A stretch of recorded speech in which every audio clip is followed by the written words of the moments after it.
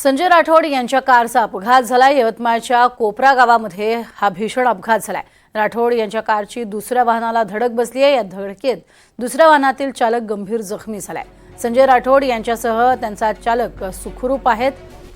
Airbag उघडल्यानं Rathod हे थोडक्यात बचावलेत। मध्यरात्री 2च्या सुमारास हा अपघात घडलाय।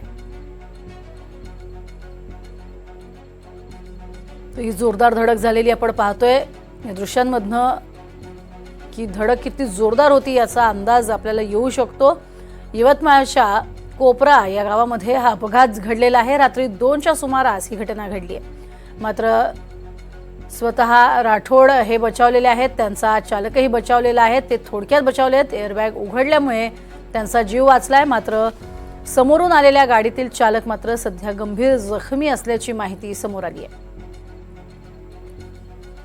सध्याची अपडेट आपण बघतोय। रात्री 2च्या सुमारास झालेला हा अपघात। साजन धाबे आमचे प्रतिनिधी सोबत आहेत। साजन, काय अधिक माहिती या अपघातासंदर्भात? नक्कीच प्रज्ञा, यवतमाळच्या आर्णी गावाजवळ कोपरा येथे पालकमंत्री संजय राठोड यांच्या वाहनाने पिकअप वाहनाला जोरदार धडक दिली। या धडकेत पिकअप वाहनाचा चालक गंभीर जखमी झाला आहे।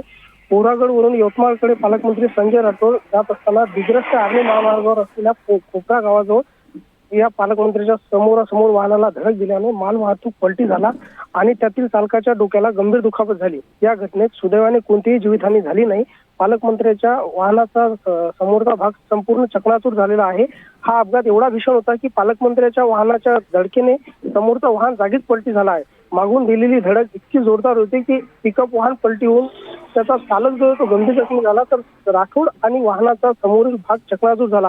वाहनातील एअरबॅग उघडल्याने मंत्री राठोड व चालक सुदैवाने बचावले। हा अपघात 2:10 जवळपास झालाय। नक्कीच, तुर्तास धन्यवाद साजन या संपूर्ण माहितीसाठी।